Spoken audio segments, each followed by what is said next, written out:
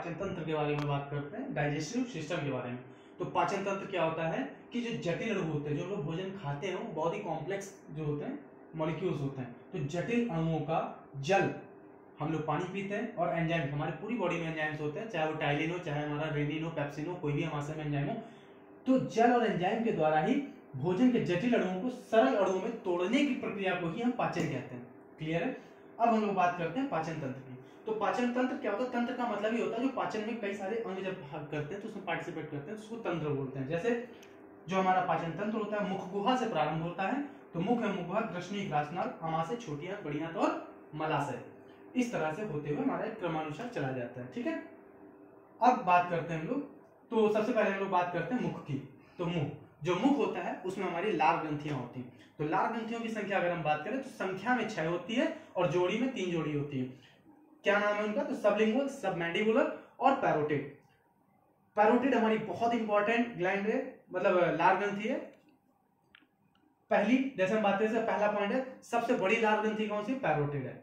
सबसे बड़ी लार ग्रंथि पूछेगा, पैरोटिड है। तुमसे पूछेगा कि पैरोटिड ग्रंथि में ही एक वायरस होता है जिसका नाम है पैरामिक्सो वायरस, इसके इंटर करने से गलसुआ, मम्स नामक डिसीज हो जाती है।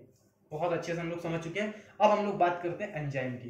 तो जो एंजाइम होता है इसमें टाइलिन और लाइसोजाइम, 2 प्रकार के हमारे लार में एंजाइम होते हैं। तो पहला टाइलिन जो होता है ये स्टार्च को माल्टोज में बदलता है।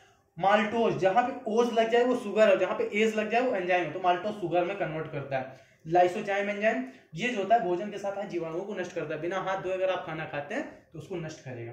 अब लाइसोजाइम एंजाइम हमारा आंसू में भी होता है, पसीना में भी, मतलब पसीना किन ग्लैंड से निकलता है? तो स्वेट ग्लैंड से निकलता है, स्वेट ग्रंथियां।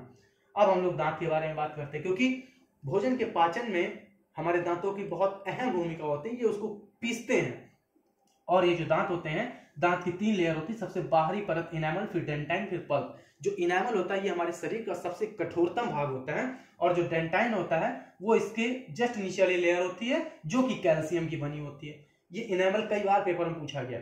फिर आते हैं पल्प कैविटी। जो इनेमल और डेंटाइन होता है यहां तक हमारी नर्व सेल्स नहीं होती है, लेकिन पल्प कैविटी में हमारी नर्व सेल प्रेजेंट होती है, जिसकी वजह से अगर नर्व कैविटी तक, मतलब पल्प कैविटी तक अगर भोजन जाता है तो हमें बहुत तेजी से झंझनाहट महसूस होती है। ठीक है, फिर इसका जो ट्रीटमेंट किया जाता है RCT, रूट कैनाल ट्रीटमेंट के द्वारा किया जाता है। और हमारे दांत 4 प्रकार के होते हैं, incisor, canine, premolar and molar. Incisor क्या होता है? काटना, ये भोजन को काटने का काम करते हैं, शाकाहारी जीवों में सर्वाधिक विकसित होते हैं। कैनाइन ये भोजन को चीरने और फाड़ने का काम करते हैं। प्रीमोलर, मोलर ये भोजन को पीसने का कार्य करते हैं। चलिए आइए अब हम लोग बात करते हैं कि जो दंत सूत्र होता है वो हमारा होता है वयस्क मनुष्य का जो दंत सूत्र होता है वो होता है 21-23। 21-23 का मतलब क्या है? ये पहला इंसीजर, फिर canine, premolar and molar.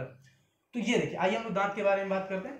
Incisor क्या होता है? 2, कैनाइन 1, प्रीमोलर 2 और मोलर 3। अब इसी को डबल कर देते हैं। ये देखिए हमने यहाँ पे कर दिया, इसको डबल कर दिया मल्टीप्लाई से। तो ऊपर भी यही 2 पार्ट में और नीचे भी यही 2 पार्ट में।